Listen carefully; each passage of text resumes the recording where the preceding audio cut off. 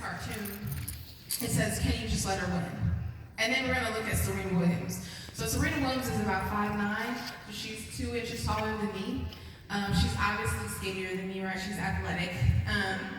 But in this caricature, she looks short, stout, round.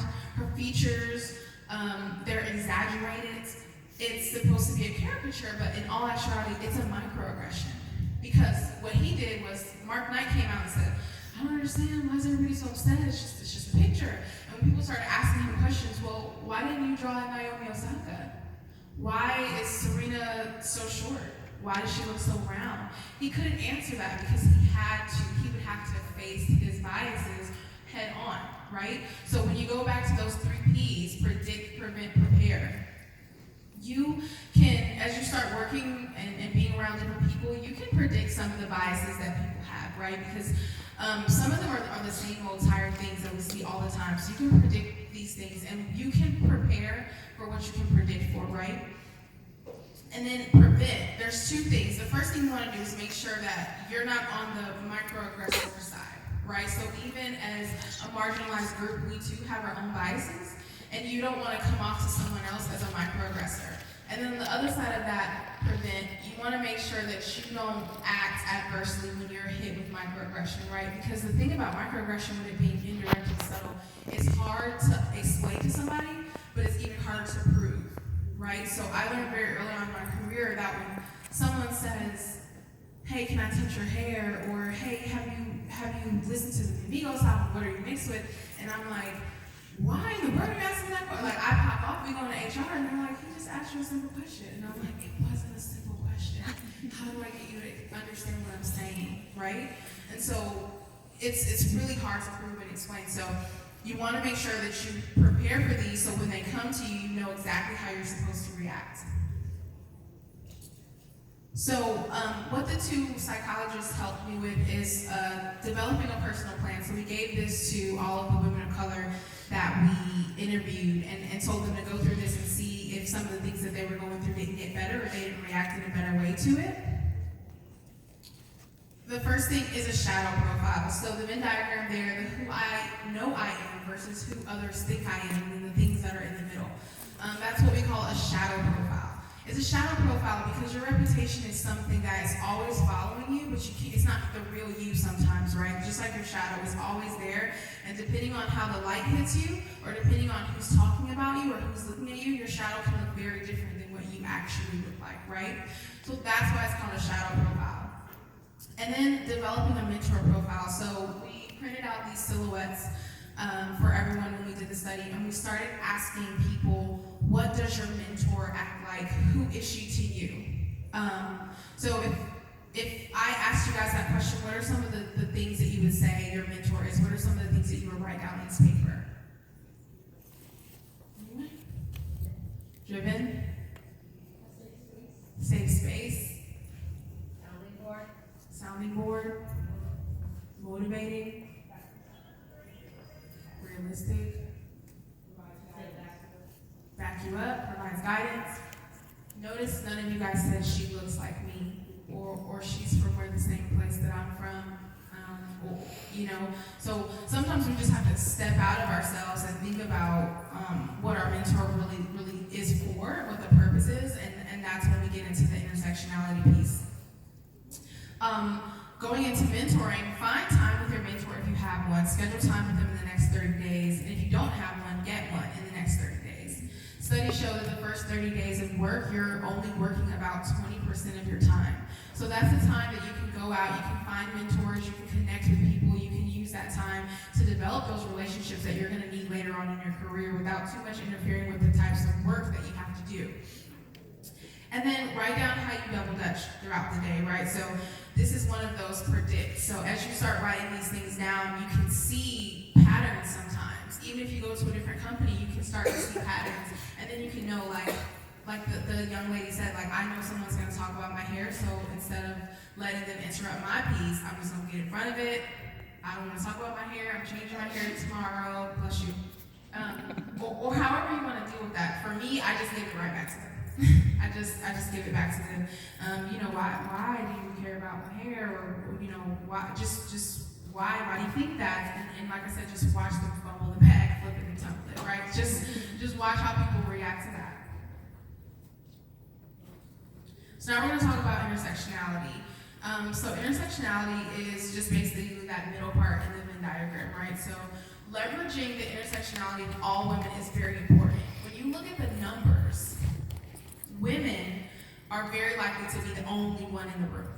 When you put women of color on top of that, you're 2.5 times more likely to be the only one. So what happens is, sometimes we will isolate ourselves because we don't see someone who looks like us or who's from where we're from or who we feel like we can relate to on whatever level we're trying to relate to.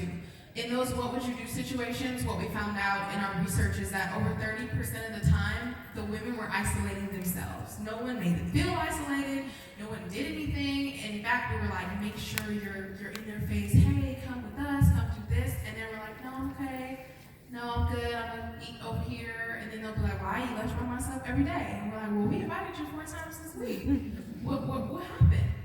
So we have to be able to look at ourselves as women and leverage that intersectionality that we have, because even though women of color, we are going through some different things, as women, there are things that we're going through the same, right? So, for instance, women are emotional, right?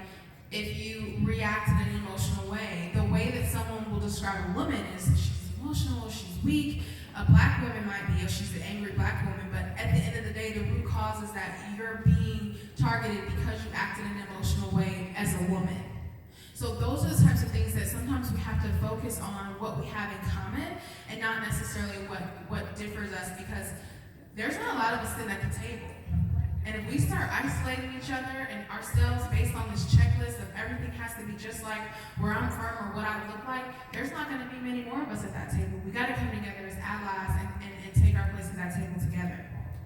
So I'm going to bring up a couple of people that spoke out against the cartoon in support of Serena, and they may not be people that you would have expected to speak out. Hillary Clinton. So in 2018, Hillary Clinton had just lost, well, not just lost, but she had lost the presidential election, and she was doing an interview and she got really emotional. And the next day, the news outlets took off, we made the right decision. Is she strong enough to run the country? Can she run the strongest country in America when she cannot even do an interview without being emotional? And she, when the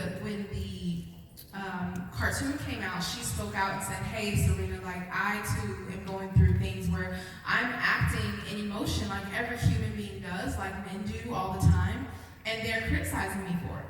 You know, whichever side of emotion I'm acting on, whether I'm sad, I'm crying, or I'm angry and I'm upset. There's plenty of men that get angry and they get upset in their professions, and they're not looked at or talked about as women are. Taylor Swift. So Taylor Swift, she has been an advocate for women's rights, LGBTQ rights for a very long time. She actually just released a song called The Man. If you haven't heard it, and if you don't like Taylor Swift, it's actually a pretty good song. So don't count it out, but it's called The Man.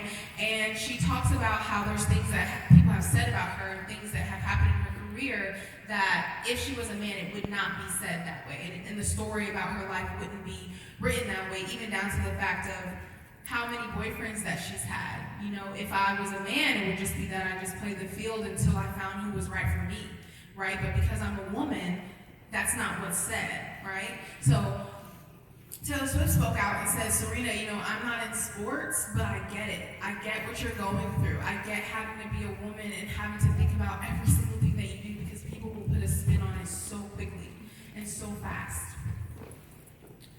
Zendaya. So Zendaya is, she was on Disney, and then she grew up and did not go crazy, so that's good. She grew up, and she recently was the first Black MJ on Spider-Man, so Spider-Man's lover, and it was a big deal. Like, everyone was like, oh my gosh, we've got a Black MJ, and Zendaya is mixed race, so her mother is white and her dad is Black, and she came out and said, hey, I feel like I deal with microaggressions on both sides that I don't know how to deal with. There's this side of me that's saying I'm too this and too that, and there's this side that's saying I'm not enough this and I'm not enough that. And so she reached out to Serena actually and said like, hey, I get it. I'm there, I'm right there with you. And the reason that I pulled these 3 women is because they don't look like Serena. They're not in her profession. They're not from where she's from, but they all said, hey, I'm there with you. And I understand, right? I understand what you're going through. I've been there. I have a situation like that. And that's why it's so important to leverage, the intersectionality that we have as women so that we can fight this fight together and we can get to the finish line together. Because if one group of women gets there and another group of women gets there, then all women not there. And we still got a long way to go, right? So all of us have to get to the finish line together. So even though as women of color, we are double dutching, we do have another rope to jump through. But all women are jump roping, okay? And we have to figure out where we can leverage those intersectionalities and where we can find those things that are similar that we can work together on. So when I was at a tobacco company, there was a young lady, and she came in about a year after me, and she did not look like me. She was not from where I'm from, but to this